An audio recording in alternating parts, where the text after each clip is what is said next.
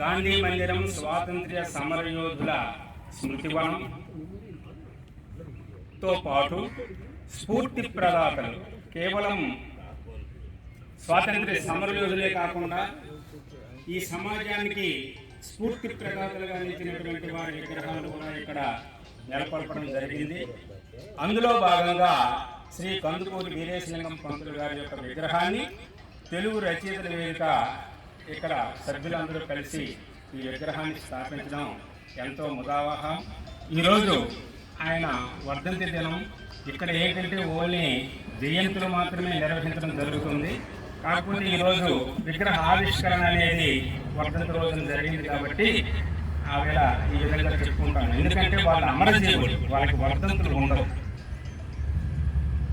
అయితే ఈ విగ్రహావిష్కరణ సందర్భంగా ఇక్కడికి విచ్చేసినటువంటి తెలుగు రచయితల వేదిక సభ్యులందరికీ మరియు స్వాతంత్ర్య సమరయోధుల స్మృతివనం గాంధీ మందిరం సభ్యులకు, ఇతర పెద్దలకు అందరికీ కూడా నా హృదయపూర్వక నమస్కారం.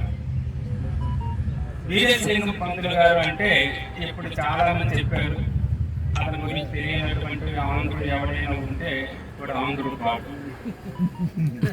అయితే అలాగే మనం చెప్పలేము, తెలియకపోవచ్చు అందరికీ కూడా. కనీసం ఆయన గురించి తెలుసుకోవాల్సినటువంటి బాధ్యత ఆంధ్రదేశంలో పుట్టిన ప్రతి ఒక్కరికి కూడా ఉంటుంది. ఆయన ఆంగ్ల భాషల్లో గొప్ప నిష్ణాతుడు. చిన్నతనంలోనే తండ్రిని కోల్పోయాడు. తల్లి ఆధ్వర్యంలో మేనమామల ఇంట్లో రాజమండ్రిలో పెరగడం జరిగింది. మరి ఆ విషయాలన్నీ కూడా మన వాళ్ళు చెప్పారు. అయితే ఆయన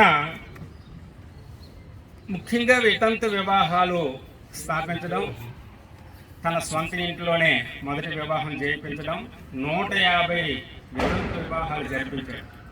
అలాగే బాల్య వివాహాలు నిషేధం చేశాడు. బాల్య వివాహాల వల్ల కలిగినటువంటి నష్టం ఏమిటో అప్పటికే తెలిసింది. అంచేత అవి నిషేధం చేయడం జరిగింది.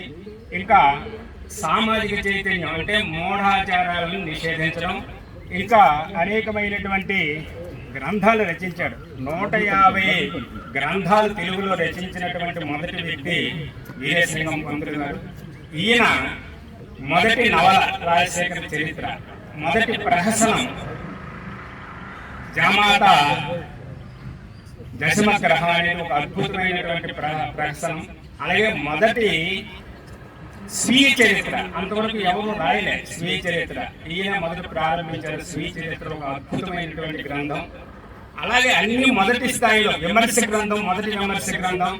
అలాగే చాలా విషయాల్లో నాటకం, మొట్టమొదటి నాటకం కాళిదాసు రచించినటువంటి అభిజ్ఞాన శాకుంతలానికి తెలుగులో శాకుంతలం అనే అనువాదం చేసి మొదటి నాటకం అనేది అనువాద నాటకంగా ఈయనే ప్రసిద్ధి. తర్వాత చాలా నాటకాలు అనువాదం చేయడం, స్వతంత్ర నాటకాలు రచించడం జరిగింది. మొదటి నాటకం కూడా ఏంది.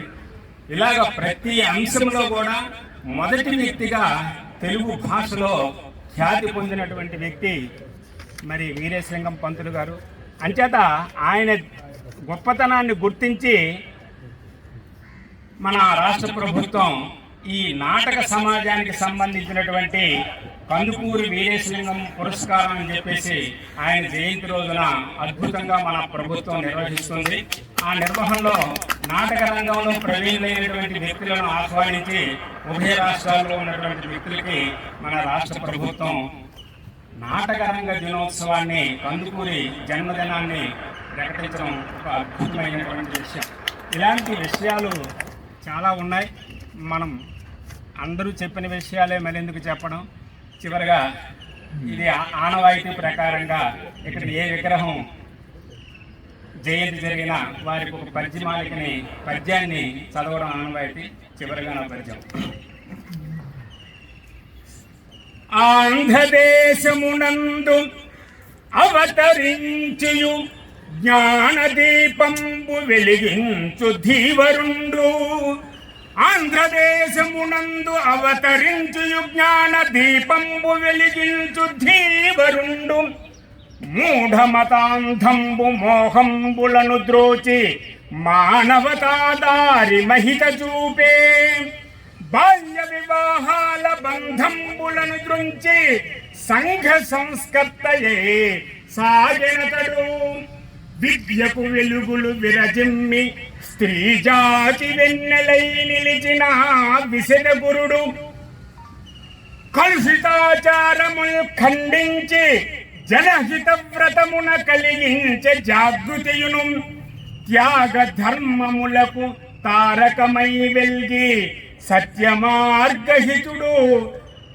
సహనశీలి విదిత పండితుండు. వీరేశలింగము పంతులు ఘనయసుడు ప్రాజ్ఞవరుడు. ఈ అవకాశం ఇచ్చినటువంటి పెద్దలకందరికీ కూడా, తెలుగు రైతుల వేదిక సభ్యులందరికీ కూడా హృదయపూర్వక నమస్కారం.